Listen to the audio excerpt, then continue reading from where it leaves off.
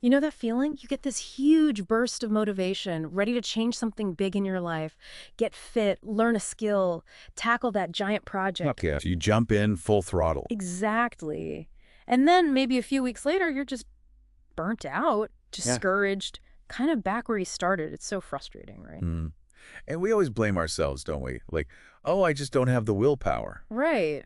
But what if it's not really about desire or, discipline? What if the problem is the system we're using? That's exactly what we're going to dive into today. This isn't about those massive, life-altering changes that, let's be honest, rarely stick around. No, not at all. Instead, we're digging into the surprising power of really small adjustments, Yeah. tiny changes, and how they sort of quietly compound over time to create genuinely remarkable results. It's about understanding the mechanics, really. The subtle stuff about human behavior pulled from some really fascinating sources. Yeah, we've looked at insights from biology, neuroscience, psychology, Mm. the whole gamut. And the mission here, for you listening, is to give you a practical operating manual. Step by step, how do habits actually work? How can you build better ones and maybe, just as importantly, let go of the ones holding you back? Think of it as getting the core knowledge quickly. Mm-hmm. Actionable stuff you can use without needing to read, stacks of research papers. Okay, so let's start with a story that really hammers home this compounding idea. Our sources talk about this high school kid playing baseball. Right, and a bat accidentally slips, hits him right between the eyes. It sounds absolutely brutal. It was multiple skull fractures, shattered eye sockets. He was even in a medically induced coma. Wow. And the recovery, so tough. He lost his sense of smell. One eye was literally bulging out, double vision, seizures for months. Couldn't even drive for almost a year. Just unimaginable. Mhm. And then, to top it off, he finally gets back to baseball, the thing he loves, hoping to go pro. And he gets cut from the varsity team, sent down to junior varsity. Devastating. Yeah. But here's the thing. Here's the turning point. It wasn't some big dramatic movie moment. It happened in college, slowly. How so? He didn't try one massive gesture. He just started building these small, consistent habits. Like, while other students were up late playing video games, he focused on getting good sleep. Went to bed early. Okay, small thing. Yeah. In his dorm room, usually messy apparently, he started keeping it consistently neat. Another small thing. And he began lifting weights multiple times a week.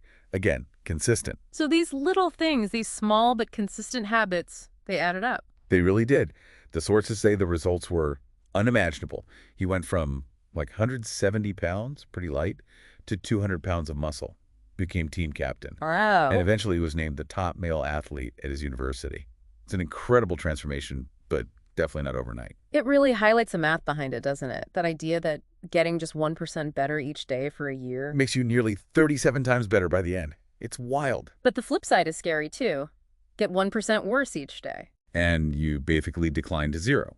It shows habits are, well, they're the compound interest of self-improvement, this quiet force shaping where you end up. And you see this outside of individual stories too, right? Like the British cycling team example is amazing. Oh, totally. For almost 100 years, they were just mediocre. One Olympic gold in 98 years, 0 Tour de France wins in 110 years. It was so bad. I read that one bike manufacturer actually refused to sell them bikes, worried it would damage their brand. Yeah, that's how bad it was. Then, 2003, Dave Brailsford comes in as performance director. And his whole thing was the aggregation of marginal gains, improve everything by just 1%. Exactly. Started with the obvious stuff, better bike seats, rubbing alcohol on tires for grip. But then it got like super specific, electrically heated shorts, hiring a surgeon to teach hand washing to avoid colds.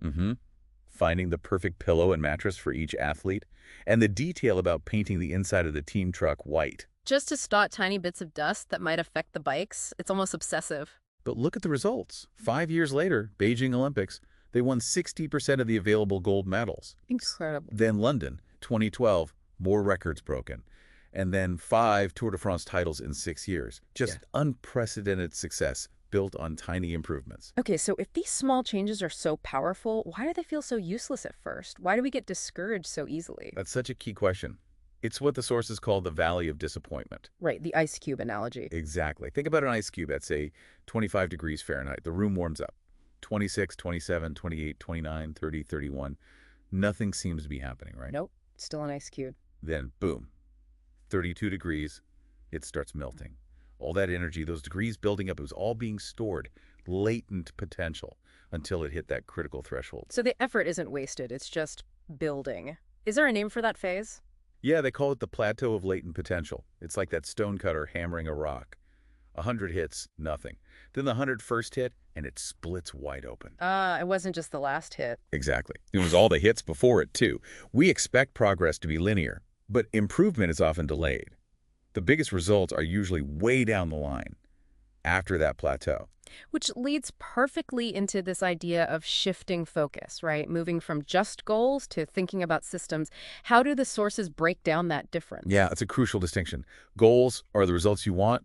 Yeah. Win the race, lose the weight, finish the book. Okay. Systems are the processes that lead you there. So, like, a coach's goal is the championship, but the system is how they recruit, practice, manage staff, game plan, all that daily stuff. Precisely. And the sources pose this interesting question. If you ignored the goal entirely and just focused on perfecting the system, would you still get results? And the answer is? Pretty much, yes. You don't win by staring at the scoreboard, right? You win by playing better, by executing the system. If you want better outcomes, fix the system. Don't just obsess over the goal. And there are real problems with only focusing on goals, aren't there? Like, winners and losers often share the exact same goal. That's a huge one. Every athlete at the Olympics wants gold. It's the system, the training, the diet, the recovery that makes the difference, not just wanting it. And achieving a goal can be just temporary, like cleaning your messy room. Right. It looks good for a moment, but if you don't change the habits, the system that led to the mess, it's just going to get messy again. So that line really resonates. You do not rise to the level of your goals, you fall to the level of your systems. Fix the system. And this takes us even deeper to what might be the most powerful level of change: identity. Okay, explain that. So think of 3 layers: outcomes, what you get; processes, what you do; and the deepest layer, identity. What you believe, who you wish to become. Okay, so most people focus on the outcome, I want to lose weight, or the process, I'll follow this diet. Exactly. Yeah. But the most lasting change comes from focusing on identity. Who do you want to be? So instead of I want to run a marathon, it's I want to be a runner, or I want to read more becomes I want to be a reader. That feels different, more fundamental. It really is. There's this story about Brian Clark who'd bitten his nails his whole life, tried everything to stop, willpower, whatever, nothing worked. Then one day he gets a manicure, just on a whim. And the manicurist says, wow, your nails are actually really healthy and attractive. Okay. And suddenly he didn't just stop biting them. He felt proud of his fingernails. He started seeing himself as someone with nice nails. And he never chewed them again. His identity shifted. Wow. That's powerful. So identity isn't fixed. It's this repeated beingness, as the sources say. Exactly. And every single action you take is like a vote for the type of person you want to become. So go to the gym, that's a vote for I'm an athletic person. Read a page, a vote for I'm a reader. Your habits literally shape your identity over time. Okay, so we've got the why, compounding, systems, identity. Now, how does it actually work? The mechanics of a habit. Right. The sources break it down into this really elegant 4-step loop. It underlies basically all behavior: cue, craving, response, reward. Okay, let's use an example.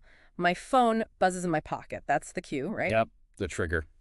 Then I get that little itch, that, ooh, wonder what that is. Gotta know. That's the craving. That's the motivation, the desire driving the action. So I grab my phone, unlock it. That's the response. The actual habit itself. And then I read the message, satisfy the curiosity. That's the reward. Exactly.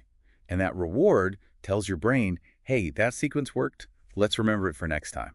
This loop runs constantly, mostly unconsciously. And the brain likes this loop because habits are efficient, mental shortcuts. Totally. They automate solutions to recurring problems. Your conscious mind is kind of slow and takes effort, so the brain is always trying to offload routine tasks into these automatic habits to free up attention for newer, more important stuff. Okay, makes sense. So we know why they matter, how they work. How do we actually use this? How do we build good ones and break bad ones? This is where the 4 laws come in, right? Exactly. Yeah. 4 practical laws, Yeah. grounded in that feedback loop. Law 1, make it obvious. Starting with awareness. We can't change habits we don't even realize we have. Right. Those Japanese railway workers with their pointing and calling system, pointing at signals, calling out all clear, it reduced errors by like 85% just by making things conscious and obvious. So for us, maybe that's the habit scorecard idea. Just listing out your daily actions and labeling them good, bad, neutral. Yeah, just bringing awareness. No judgment yet. Just see what you're actually doing. Okay, so once you're aware, how do you make the new habits, the good ones, obvious so you actually remember to do them? That's where habit stacking is super useful. The formula is dead simple. After my current habit, I will my new habit. Like after I pour my morning coffee, I will meditate for 1 minute. Perfect. Or after I take off my work shoes, I will immediately change into my workout clothes. You're linking the new desired habit to something that's already automatic and obvious. It uses that existing pathway in your brain. And it ties into the environment too, doesn't it? Making cues obvious in your space. Oh, hugely. The environment is like this invisible hand guiding us. Remember that hospital cafeteria study? Mass General, yeah. They just put more water bottles out, made them more visible. Right next to the food, even in the soda fridges. No signs, no announcements, and soda sales dropped over 11%. Water sales shot up almost 30%, just by changing the visual cues. And visually is key, right? Because something like 10 million of our 11 million sensory receptors are for sight. Exactly. Visual cues are incredibly powerful. So designing your environment matters. That advice, like one space, one use, office only for work, bedroom only for sleep, it creates clear, unambiguous cues. Okay, so make it obvious is law one. What's law two? Law 2. Make it attractive. Tap into that reward system. This is where those supernormal stimuli come in, like birds pecking fake beaks with giant red dots. Yeah, or geese trying to roll volleyballs into their nests. Our brains are wired to be drawn to exaggerated promises of reward. And dopamine is the key player here. But it's the anticipation of reward, not just getting it. Exactly. That's crucial. Dopamine spikes when you think about the reward, when you anticipate the pleasure. That anticipation is what drives the craving, the motivation to act. Thinking about that slice of cake often feels better than actually eating it sometimes. Huh, maybe. So how do we manufacture that attraction for habits that aren't naturally, exciting, like flossing or prepping vegetables? One great strategy is temptation bundling. You pair an action you want to do with an action you need to do. Like, I can only watch my favorite Netflix show while I'm on the treadmill. Perfect example. Or the TV network, linking their Thursday shows with relaxing, maybe having some popcorn and wine. You bundle the want with the need, or the should. And social forces are huge here too, right? We want to fit in. Oh, absolutely. We're herd animals. We imitate the close, our friends and family. We imitate the many, our culture, our tribe. And we imitate the powerful, those with status. Like the Polgar sisters, raised in that intense chess environment. Chess wasn't a chore. It was praised, rewarded, part of their identity. It became deeply attractive. Exactly. Surround yourself with people for whom your desired behavior is the norm. It makes it much more attractive. Okay, obvious, attractive. Law 3. Law 3. Make it easy. This taps into our fundamental laziness, basically. The law of least effort. We conserve energy. Always. Think about agriculture spreading way faster east-west than north-south. Why? Less environmental friction, similar climates, easier path. So for habits, we need to reduce friction for the good ones. Yes. Make them as effortless as possible, prime the environment, lay out your workout clothes the night before, chop your veggies on Sunday for the week, leave your book on your pillow, make the starting point frictionless. And the 2-minute rule fits here perfectly. It's brilliant because it tackles the inertia. When you start a new habit, make sure it takes less than 2 minutes to do. So not read War and Peace, but read 1 page. Exactly. Or not run 5 miles, but put on my running shoes. The goal isn't mastery initially, it's just showing up. Create a gateway habit. Make starting ridiculously easy. You can often do more once you've started, but the key is just starting. And we can also use commitment devices or automation to make things easy, or maybe make bad habits hard. Right. Like the invention of the cash register. It didn't just track sales. It automated honesty by making skimming almost impossible. So for us, that could be using an outlet timer to kill the Wi-Fi at 10 p.m., or setting up automatic savings transfers. Design the system so the easy path is the good path. Precisely. Take the decision-making out of it where you can. Okay, obvious, attractive, easy. What's the final law? Law 4. Law 4. Make it satisfying. And this gets to the core reward loop. The cardinal rule. What is immediately rewarded is repeated. What is immediately punished is avoided. Our brains are wired for immediate gratification. We value now much more than later. Even if later promises a bigger reward, the immediate payoff often wins. So for habits to stick, they need some kind of immediate satisfaction, even a small one. Yes. That hand-washing project in Pakistan is a perfect illustration. Giving people soap that just felt and smelled nicer safeguard made the act slightly more pleasurable. Just slightly more enjoyable. Yeah. And that little bit of immediate sensory reward was enough to make the habit stick, leading to massive health improvements. Same reason gum and toothpaste have minty flavors, that immediate clean mouthfeel is satisfying. So for habits that don't have an obvious built-in reward, like maybe saving money or avoiding junk food, how do we make those satisfying immediately? This is where habit tracking comes in. Making your progress visible provides immediate satisfaction. Like Trent Damon moving paper clips for sales calls, or Benjamin Franklin tracking his virtues. Or Jerry Seinfeld's "don't break the chain" method for writing jokes. Just putting that X on the calendar each day. Seeing the chain grow is its own reward. It's visual proof you're casting those votes for your new identity. It feels good to see progress. It really does. And another powerful tool for satisfaction, or maybe dissatisfaction for bad habits, is accountability. An accountability partner, or like a habit contract. Exactly. That story of Brian Harris making a contract with his wife and trainer. If he missed a weight goal or skipped a workout, there were immediate unpleasant consequences: dressing up formally for work, paying his trainer. Makes the cost of not doing the habit immediate and painful. Right. And the extreme example, that provocative idea about the nuclear launch codes, implanting them in a volunteer's chest. So the president would have to physically kill someone to launch. Ugh. Horrifying, but it perfectly illustrates making an awful action immediately. Viscerally unsatisfying. The immediate cost makes you think very, very hard. Okay, those 4 laws provide a really solid framework. Obvious, attractive, easy, satisfying. But there's some nuances too, right? For making change really last, like talent or genes. Yeah, briefly, the sources touch on this. Choosing the right game matters. Michael Phelps' body is built for swimming. Hiksham El Guru's for running. Aligning your efforts with your natural inclinations just makes success easier and more likely. Play a game where the odds are in your favor. And staying motivated long term, the Goldilocks rule. Right. We stay engaged when tasks are right on the edge of our abilities. Yeah. Not too easy, boring, not too hard, discouraging. Roughly 4% challenge seems to be the sweet spot. But even then, boredom kicks in eventually. Boredom is the greatest villain, absolutely. That's where professionalism comes in. Experts stick with it even when it's not exciting. They show up regardless of mood. And as habits become automatic, we need to avoid just going on autopilot. That's the danger. Complacency. The antidote is reflection and review. Like Pat Riley and Lakers' career best effort program, constantly tracking and aiming for that 1% improvement, even when successful, keeps you sharp. And finally, that idea of identity again. Keep evolving it. Keep your identity small. What does that mean exactly? It means don't let one label define you too rigidly. If you're a runner and get injured, who are you? If you're CEO and retire, what then? Having a more flexible sense of self allows you to adapt, grow, and pick up new habits and identities throughout life. Don't get trapped by who you used to be. Wow. Okay, so pulling this all together then. For you listening, we've covered a ton.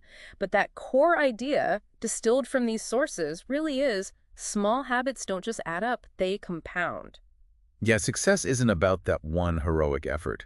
It's about the system, those continuous, tiny, relentless improvements. It really is a faster way to get where you want to go because it sticks. And understanding these 4 laws make it obvious, attractive, easy. Satisfying it really gives you the framework, the power to design your life. Make good habits almost inevitable and bad habits, well, really difficult. It's about building systems that support you, not fight against you, Yeah. giving you that actionable knowledge quickly. So maybe a final thought to leave you with. Consider the Sorite's paradox. It's the idea that like 1 grain of sand doesn't make a heap, add another, still not a heap, but eventually add enough grains and suddenly you have a heap. Ah, the tipping point. Exactly. One small action doesn't instantly make you healthy or wealthy or wise, but you keep adding those actions, keep casting those votes for the person you want to be. And eventually, you cross a threshold. The system starts working for you. And you look around and realize, wow, you've built that heap. So the question to mull over is, with your habits today, right now, what kind of person are you casting votes to become?